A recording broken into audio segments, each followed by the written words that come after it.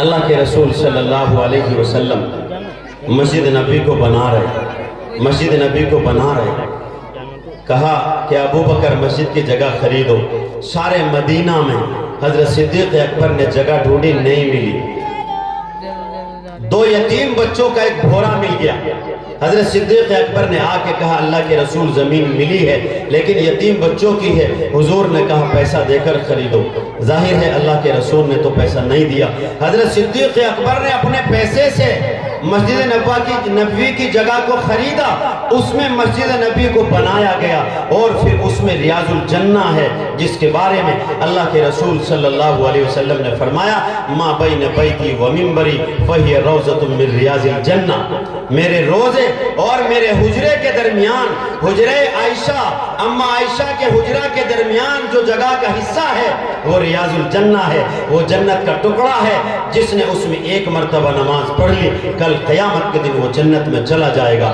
اگر وہ یہاں آ کے قسم کھا کے بتائے کہ اللہ کی قسم میں نے جنت میں نماز پڑھی ہے، یقیناً وہ سچا ہے، وہ جھوٹا نہیں ہو سکتا ہے۔ تو آج صدیق اکبر رضی اللہ تعالیٰ عنہ روضے رسول میں آرام کر رہے ہیں اور قیامت تک کرتے رہیں گے۔ حضور صلی اللہ علیہ وسلم تشریف فرما ریاض الجنہ میں بیٹھے، حضرت صدیق اکبر بھی بیٹھے ہیں۔ فرمایا صحابہ کرام سے کہ جنت کے 8 دروازے ہوں گے، ایک دروازے سے روزے والے آئیں گے، دوسرے دروازے سے نماز والے، تیسرے سے حج والے، زکوٰۃ والے، 8 دروازے سے الگ الگ کوالٹی والے لوگ آئیں گے۔ حضرت صدیق اکبر نے للچائی نظروں سے دیکھا، اے اللہ کے پیغمبر کیا صدیق اکبر بھی کسی دروازے سے جائے گا؟ حضور نے کہا اے ابو بکر تو پوچھتا ہے، ابو بکر تو پوچھتا ہے، تو وہی ہونا یار غار، تم وہی ہونا جب مکے کے لوگ مجھے ستا رہے تھے۔ اے ابو بکر کل قیامت کا دن ہوگا۔ اور حدیث شریف پڑھی، اس روایت کو مستند بیان کیا۔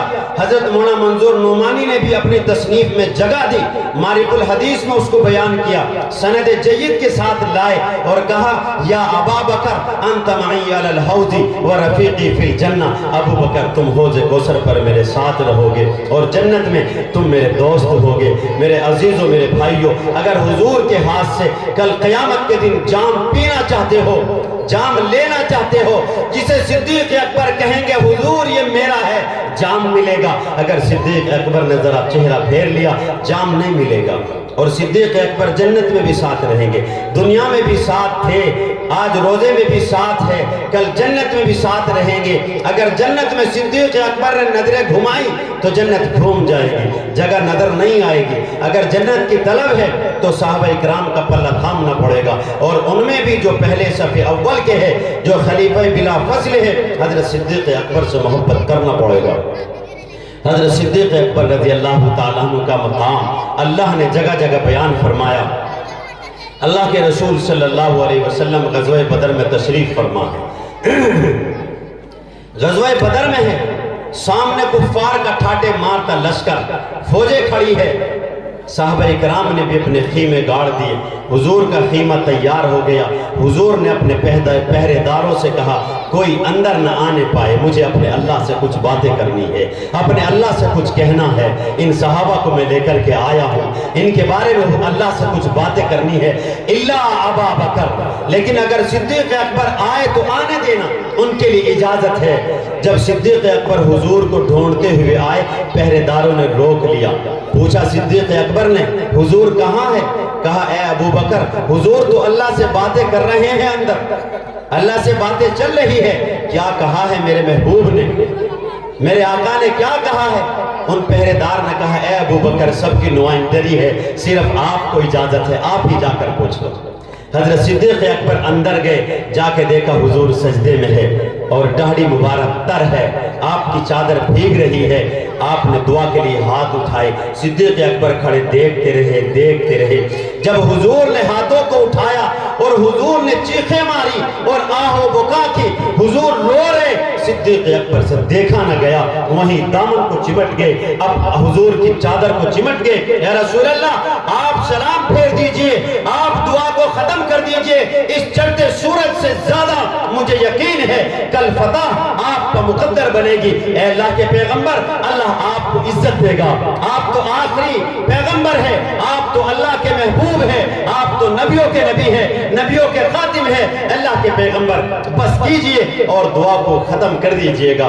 حضور نے دعا ختم فرمائی، حضور نے دعا ختم فرمائی۔ شاعر اپنے انداز میں کہتا ہے، علامہ لکھنوی، احسان ہے اس گھر کا پورے ایشیائی ممالک پر جنہوں نے صحابہ کرام کی تاریخ کو نکھارا اور چادروں سے باہر نکالا، وہ کیا کہتے ہیں؟ حضرت علامہ لکھنوی دعا کرے، اللہ پاک ان بزرگوں کی قبروں پر کروڑہ رحمتوں کا نزول فرمائے۔ علامہ منظور نعمانی رحمت اللہ علیہ، مولانا عبدالشکور صاحب لکھنوی رحمت اللہ علیہ، مولانا عبدالسلام صاحب، مولانا احتشام الحق گنج مراد آبادی، حضرت شیخ الاسلام حضرت علامہ انور کشمیری، اللہ ان کی قبر پر نور بھر دے، اللہ ان کی قبروں پر کروڑہ کروڑ رحمتوں کا نزول فرمائے۔ ساتھیوں دل تھام کے سنو، میں انہی کے اشعار کہہ رہا ہوں اور انہی کی محبت میں کہہ رہا ہوں۔ میرا بھی ایمان وہ ہے جو دیوبند والے کھڑے ہیں، میں بھی ادنا سا ان کا غلام ہوں۔ کیا کہتا ہے شاہد؟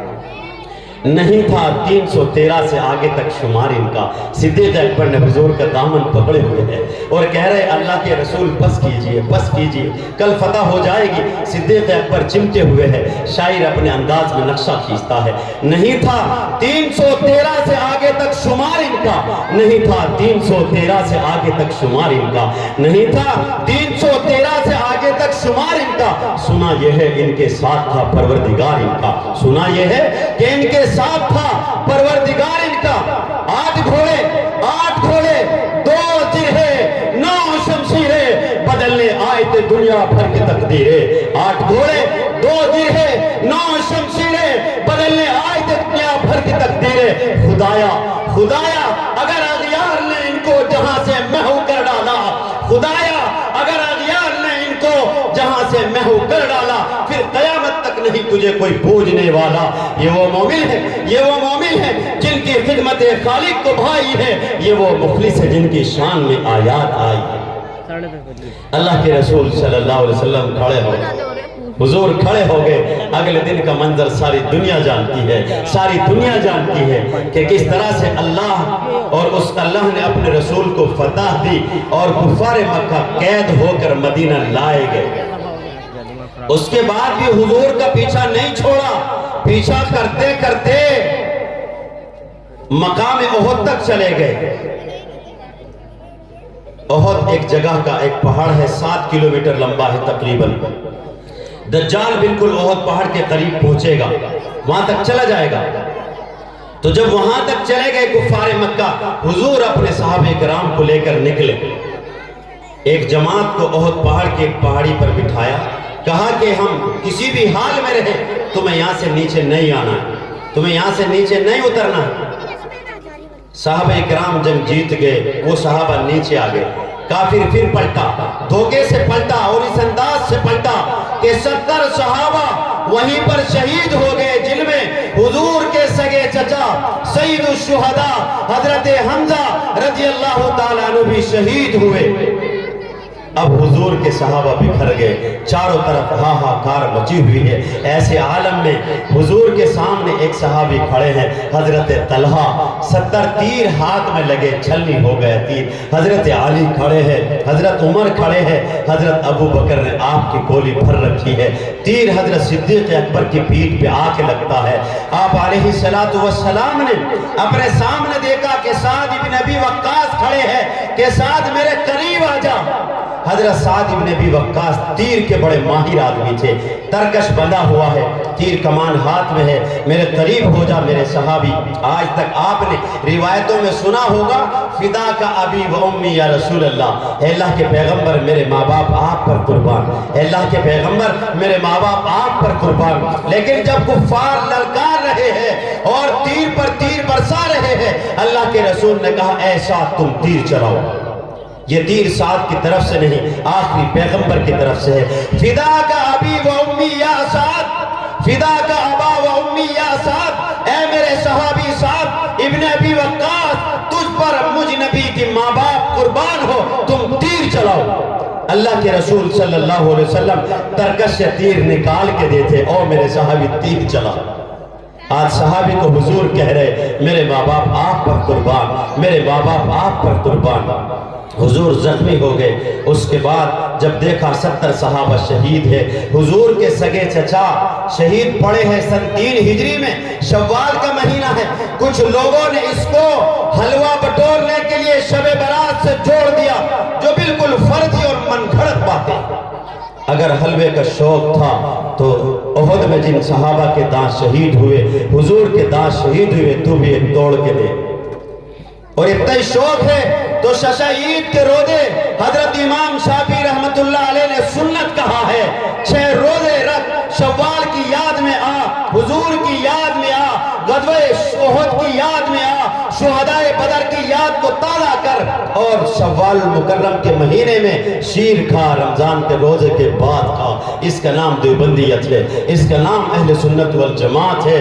میرے عزیزوں، میرے بھائیوں، میرے نوجوانوں، اللہ کے رسول صلی اللہ علیہ وسلم کے چچا کا مسئلہ کر دیا گیا، ناک کان کاٹ دیے گئے۔ حضور کی پھوپھی 2 چادر لے کے آتی ہے، حضرت صفیہ رضی اللہ تعالی عنہ۔ حضور نے کہا میری پھوپھی سے غم برداشت نہیں ہوگا، ان کو وہی روکو، ان کو وہی روکو۔ انہوں نے کہا کہ اللہ کے رسول آپ تو خیریت سے ہے، میرا بھائی شہید ہو جائے، میرا پورا خاندان شہید ہو جائے، لیکن حضور آپ سلامت رہے، آپ سلامت رہے، آپ پر سلام ہو۔ ایک چادر اپنے بھائی کے لیے لائی تھی، 2 چادر۔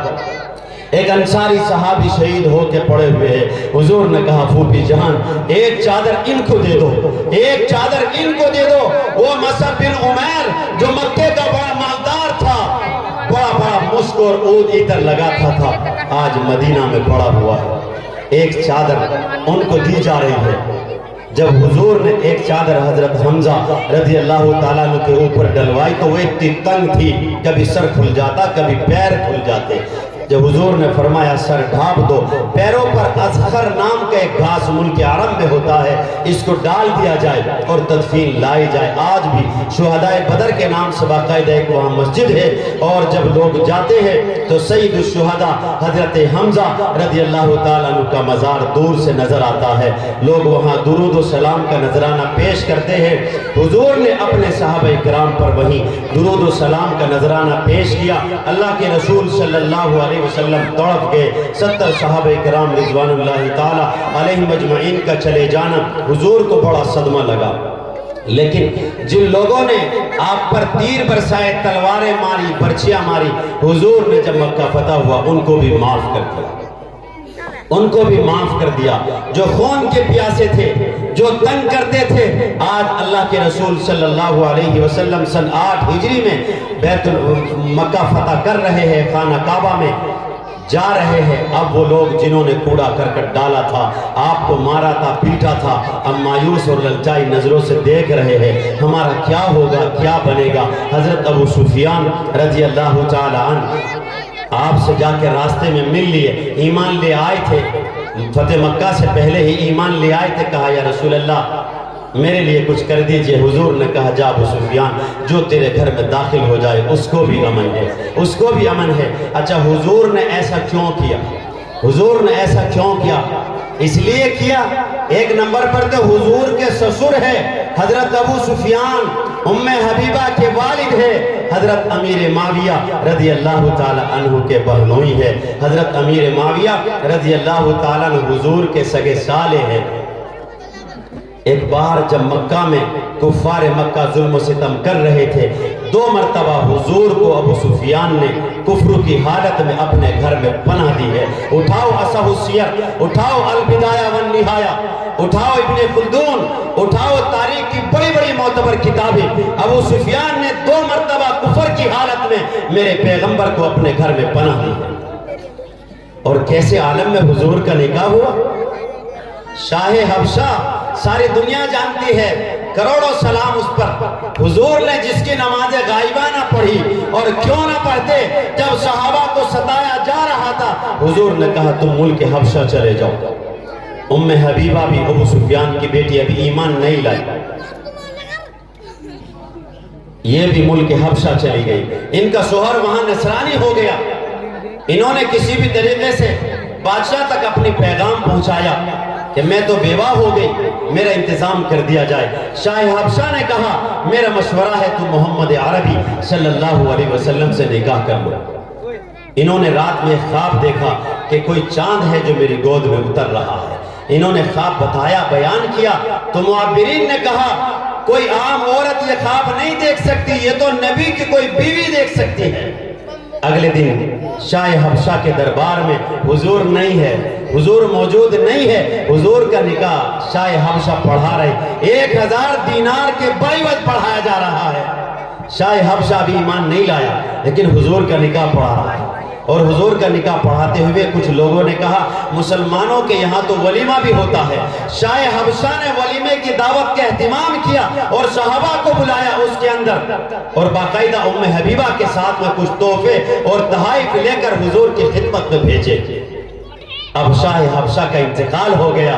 حضور کو حضرت جبرائیل خبر دیتے ہیں، یا رسول اللہ وہ آپ کا گواہ، وہ آپ کا وکیل، اس کا انتقال ہو گیا ہے۔ اللہ کا حکم یہ ہے کہ آپ اس کا نماز جنازہ پڑھے۔